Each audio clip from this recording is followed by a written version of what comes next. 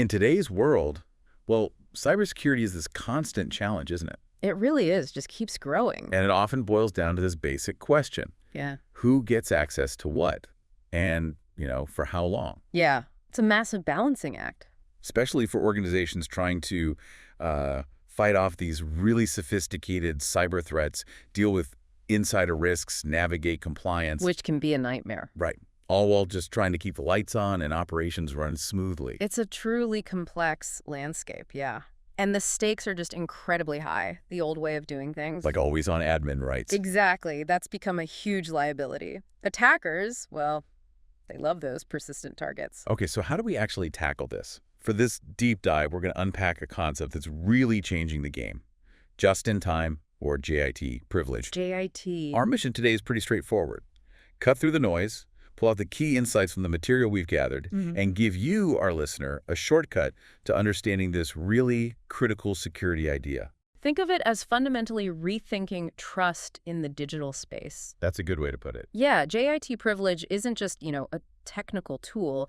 It's more like a re-architecture of trust, moving away from that default standing trust. Where you trust someone all the time. Right. To a model where trust is explicit, it's temporary, and it's validated for every single important action. Okay. And the goal here is to simplify these complex security challenges, really cut down the risk, and equip you with practical insights. You should walk away feeling pretty well informed. Sounds good. Okay, let's dive straight into the core benefits. We've got 4 key ones. First up, and this one feels really fundamental, is how JIT reduces an organization's attack surface. Yeah, this is a big one. The problem we keep seeing is these permanent standing privileged accounts, like that admin who always has full access. It's just a massive vulnerability. Absolutely. They're ripe for exploitation. And what's really key here is how these standing accounts basically invite credential-based attacks. Like leaving the door unlocked. Pretty much. If an attacker compromises just one, they've potentially got the keys to the kingdom. JIT, on the other hand, it completely gets rid of this standing access. So access is only there when needed. Precisely when needed, and crucially, only for a strictly limited time. It's not just fewer targets, it changes the whole calculation for an attacker. Makes it way harder, way more resource-intensive for them. So for a business, what's the bottom line? It means less exposure to those credential attacks because the targets aren't always there. Right. It lowers the risk of attackers moving laterally, hopping from one system to another once they get in. I guess there's no easy path laid out for them. Exactly. And ultimately, it just reduces the sheer number of those powerful accounts that attackers can even try to go after, like taking most of the bullseyes off the wall. That's a great analogy. And it connects directly to the second benefit, which is all about enhancing security and compliance. Ah, yes. Compliance, always important. It is. And beyond just shrinking the attack surface, JIT has this powerful effect here. Many modern regulations now demand really strict control over privileged access. It's not just a nice to have. It's often a legal thing, right? Yeah. Especially with sensitive data. Absolutely. And this is where JIT really steps up. It inherently supports these rules by making sure access is granted only when absolutely necessary. And the logging aspect seems huge, too. Oh, definitely. Every request, every grant, every action, it's all meticulously logged. That creates a comprehensive audit trail, critical for proving you're compliant. A detailed, irrefutable trail. Yeah. You can see why auditors would love that. They do. It directly helps meet requirements from big frameworks like GDPR, HPA, PCI DSS, NIST, you name it. So like for GDPR Article 32, security of processing, JIT helps tick that box. It provides a clear mechanism, yeah. For APA, securing health info. For PCI DSS, protecting cardholder data. And it also helps with insider threats. How so? By limiting that unnecessary standing access, it makes it much harder for someone inside to misuse privileges they don't constantly need. Okay, that makes sense. And practically speaking, how do you implement this effectively for compliance? What did our sources say? Well, some smart strategies came up. You definitely enforce multi-factor authentication MFA for every JIT request, that extra security layer. Beyond is the password. Right. You also use session recording and logging, so you can see exactly what happened during a privileged session. Real-time tracking. Yep. And you set up access expiration policies, so the temporary access just disappears automatically when the time's up.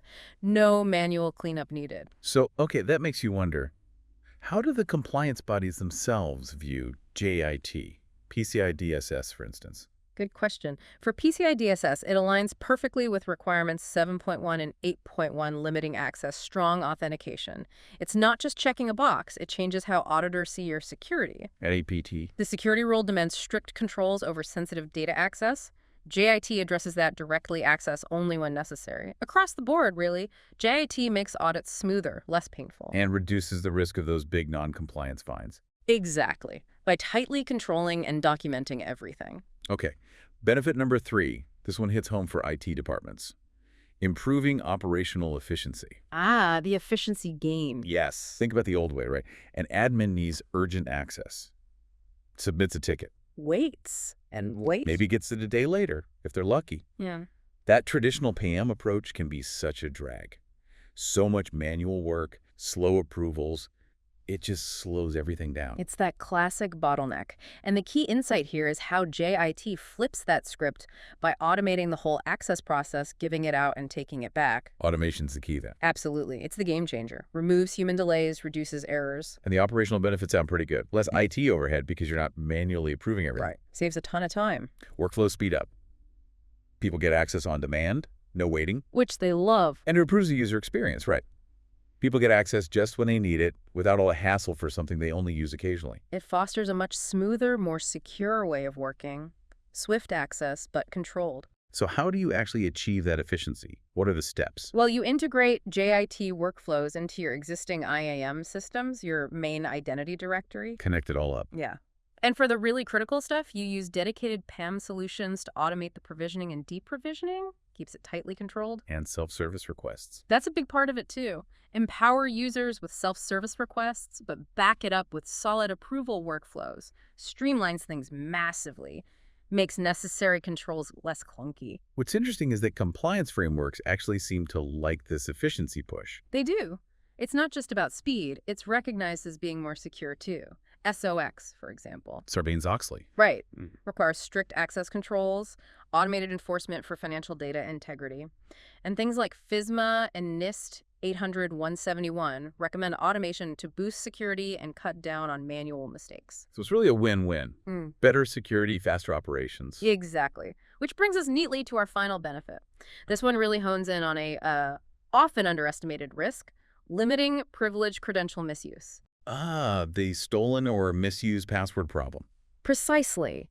Those persistent privileged credentials, they're just such a prime target. For external attackers, sure, but also for malicious insiders, like leaving your master key lying around. And JIT's answer is pretty direct, isn't it? Extremely direct. It just eliminates those persistent credentials altogether. Takes them off the table. Yep. And the moment you do that, you drastically reduce the chance of misuse. There's nothing permanent there for someone to steal or abuse later on. So that strengthens your overall security posture.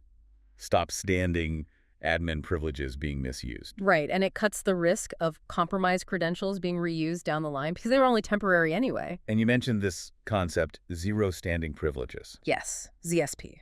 It actively enforces that. Zero standing privileges isn't just a buzzword. It's like the ultimate goal of least privilege. Nobody, no system has permanent high-level access unless they need it right now. Zero standing privileges. That's powerful. Definitely a key takeaway. So practically, how do you limit misuse with JIT? Good question. You use things like one-time use credentials or ephemeral access tokens, things that expire almost immediately after use. Use it and lose it. Pretty much. You also implement privileged session management, actively monitoring and controlling what happens during a JIT session. Watching what they do. In real time, yeah. And very importantly, you regularly review the JIT access logs and reports. Look for any odd patterns, anomalies that might signal trouble. Are there any common roadblocks? Does everyone just switch over easily? That's a fair point. Adoption isn't always instant. Integrating with older legacy systems can sometimes be tricky. I can imagine. And, there can be a bit of cultural pushback initially from IT folks who are just used to having that always-on access. Change is hard. It can be. But the sources suggest that by starting small, maybe focusing on the highest risk accounts first and then gradually expanding, and by really highlighting the efficiency wins, those hurdles can be overcome. The security improvement makes it worth the effort. And this approach ties back into compliance again too, right? Yeah, absolutely. Think ISO 27001, section 8.9.4.3 requires strict privileged access control. JIT nails that. And GDPR. Article 32 against security of processing, limiting access only to necessary people. That's core JIT. As a best practice, JIT basically ensures privileged credentials cannot be misused outside their approved window, reduces risk, helps compliance. It's all connected. Okay, so let's quickly recap. We've covered the 4 big benefits of just-in-time privilege. Right. 1, drastically cutting down the attack surface. You have fewer targets. 2, significantly boosting both security and compliance, especially with that audit trail. Super important. 3, improving operational efficiency through automation, getting rid of bottlenecks. Making things faster and smoother. And 4, really limiting the potential for privileged credential misuse, aiming for that zero standing privileges ideal. Exactly. It's that fundamental shift, moving away from always-on access. To just in time, just enough access. It really transforms how organizations handle digital trust. It truly is a fundamental paradigm shift. Yeah. So this leaves us with, I think, a really interesting question for you, the listener, to chew on. What would a world with genuinely zero standing privileges look like for organizations? Not just technically, but culturally. That's a deep one. And what does that imply for how we think about trust, about access in this digital age? Maybe reflect on where you could apply this just-in-time way of thinking. Maybe not just in big security systems, but perhaps even in your own daily digital habits. Food for thought, definitely.